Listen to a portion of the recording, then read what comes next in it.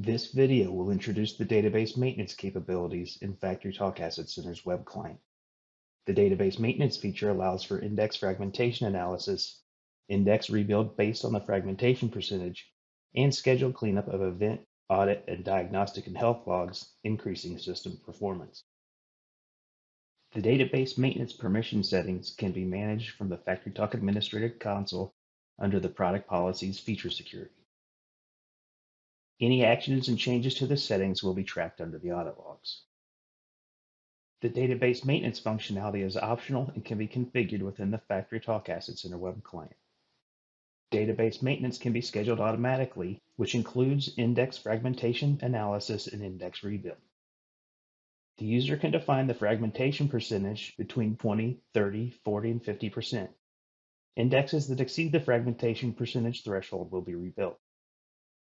The user can define the start date and time, frequency, and recipients of email notifications, which includes the database maintenance results. Database maintenance can also be performed manually for user convenience. The fixed fragmentation threshold used during the manual analysis is 30%. In this case, no action is necessary.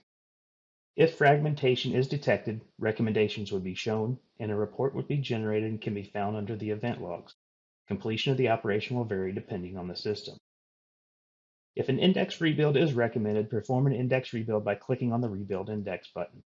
You'd see the index rebuild status, and completion will vary depending on the system.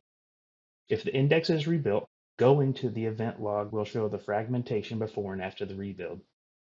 It's important to note that automatic and manual index rebuild processes can take several minutes to complete and can impact system performance. It's strongly recommended to perform these operations during idle hours. In larger FactoryTalk AssetCentre systems, particularly with large numbers of clients, the event and audit log tables can grow quickly. While individual diagnostic messages are not large disk space consumers, increasingly large table sizes can slow the system's query speed. When viewing the event and audit tables within the FactoryTalk AssetCentre client, the client is querying the log tables at a 10-second refresh rate. As a table size grows, the query response time of the Microsoft SQL database will grow slower, resulting in slower client update rates. The event, audit, and diagnostic and health log sizes can be scheduled to be periodically reduced by creating a log cleanup schedule in the web client.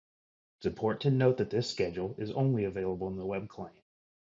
When creating a log cleanup schedule, there are several options to choose from, including the ability to give the schedule a unique name describing the purpose of the schedule, the ability to email users on schedule completion, the ability to choose which logs to clean up. Choose from the event log, audit log, diagnostics and health log, or any combination of the three. The default option will have all three log types selected. You also have the ability to choose the frequency, including the date and time to run the schedule and the number of weeks between schedules.